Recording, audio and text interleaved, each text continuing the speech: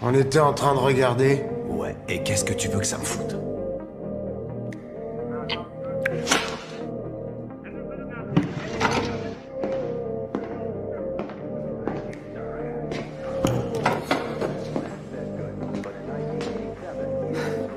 Remets l'autre chaîne, mon gars.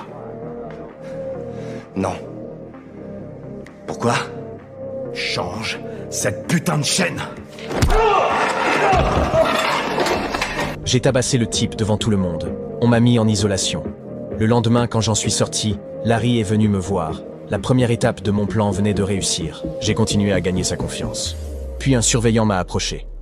Il avait deviné que j'étais un infiltré et m'a menacé de tout révéler si je ne le payais pas. Et si jamais j'arrive pas à les avoir? Il ne me servira à rien.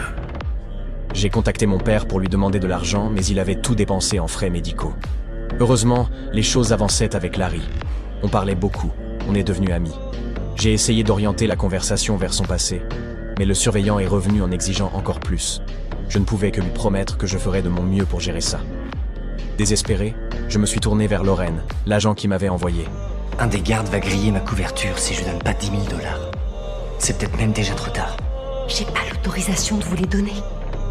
Le bureau n'approuvera jamais. Alors je fais quoi? On peut vous faire sortir. Aujourd'hui? Non. Non, ça prendra des semaines, voire plus.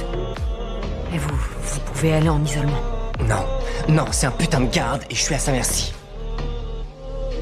Je n'avais pas le choix, il fallait que je continue. Je me suis faufilé dans la cellule de Larry à la recherche de quelque chose d'utile. Dans un magazine, j'ai trouvé des dessins troublants, des illustrations de filles assassinées. Ça confirmait ce que je craignais. Larry était le tueur. J'ai remis le magazine en place avec précaution et je suis retourné dans ma cellule sans être remarqué. T'as vu quelqu'un entrer? Non? Il te manque quelque chose? Pourquoi tu crois qu'il me manque un truc? Ben, si je pensais qu'on est entré dans ma cellule, ce serait sûrement pour me voler. Je suis pas inquiet. Ça m'inquiète pas qu'on soit entré dans ma cellule. Non? Oh, non. Alors pourquoi t'as demandé si j'avais vu quelqu'un? J'ai fait semblant d'être de mauvaise humeur. Le lendemain, Larry est venu me voir comme un enfant coupable. Je l'ai tout de suite pardonné, et il était sincèrement heureux.